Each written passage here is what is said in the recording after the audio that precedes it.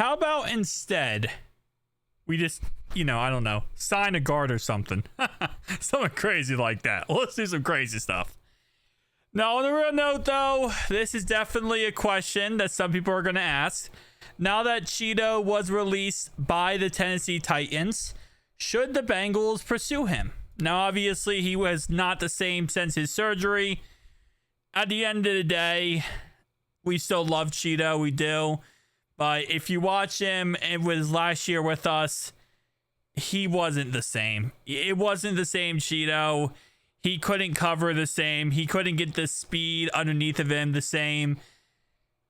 And I do understand why Tennessee did release him, because obviously, again, they probably saw exactly what we saw. And obviously, their head coach being Brian makes perfect sense. He saw in Cincinnati. Same thing happened when he got to Tennessee. And Tennessee usually has really good defensive coordinators. They usually have really good defense. So I don't really think it's a problem of the defensive coordinators or the defense Tennessee runs. I think we're kind of learning that it might just be the fact that, hey, Chido is 29, going to be 30 years old when the season kicks off.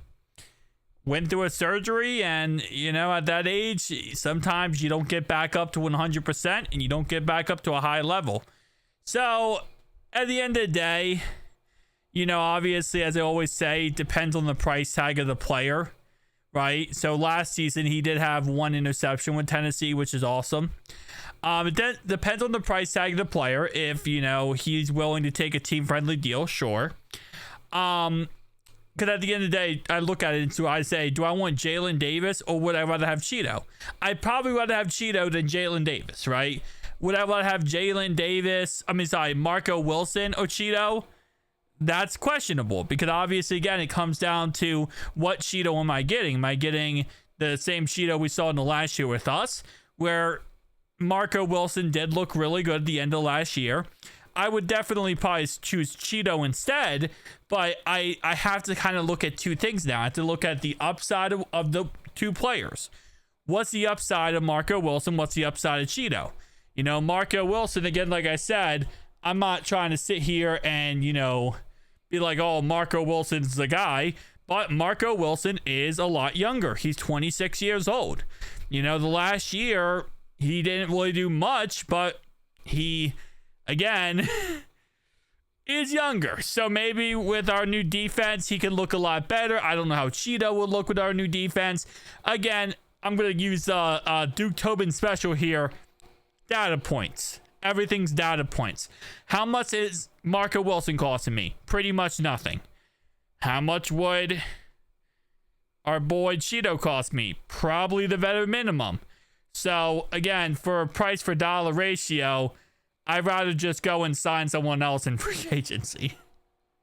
I'll be honest, I'd rather just sign another veteran corner, which I preferably would love to do, or I would rather just sign or draft someone in, the draft at cornerback, because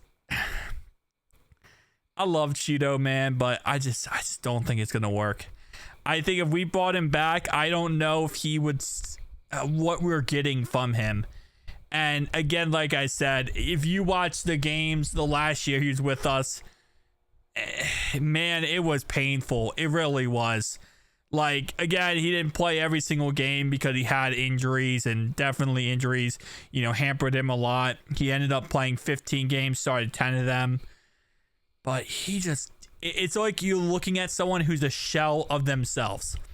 Like, how good he was, and it's just a shell of his self over and over and over again. And it's sad to watch that. So I love Chido, man, and I really hope someone else gives him a shot. But I just don't think it's here. I really just don't think it's here overall wise. That might be unpopular because, we love Chido in Cincinnati. But, man, we got to get this defense right, and we can't waste a 53-man roster spot on someone who isn't going to, in all honestly, play at a very high level for us. A level that we need them to play at. Obviously, he would try, but, obviously, again, he lost a step. So, there's some other free agent cornerbacks, but you know what's even funnier? How about guard? What if we went and, hear me out here, right? This is crazy. we signed 2 guards to the squad. And that's how we got better. You know, we didn't actually worry about corner because we are going to get Dax Hill back from injury and DJ Turner. Josh Newton's going to get another year, you know, under his feet. We also have Cam Taylor-Britt, who hopefully we're going to hope and pray that Lou Anarumo's defense was the problem with that, you know. And also we have, again, we do have Marco Wilson as well. And Jalen Davis. But we're just going to, you know, think, okay, what about protecting Joe Burrow?